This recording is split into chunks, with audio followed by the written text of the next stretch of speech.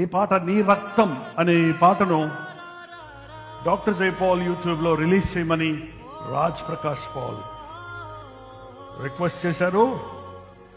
నా channel reach అవ్వదు, నీ ఛానల్లో చేయమన్నాను. నో డాడీ,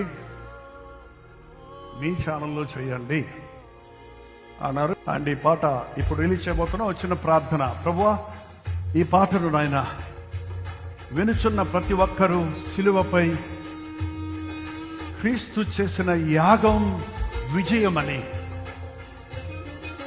మేము గెలిచినట్లుగా మా కొరకు నీవు ఓడిపోయావని, ఓడిన నీవు మరణాన్ని గెలిచి లేచావని, మాకు జయమిచ్చావని నమ్మటానికి ఈ పాట మీద నీ అభిషేకము నుంచుము.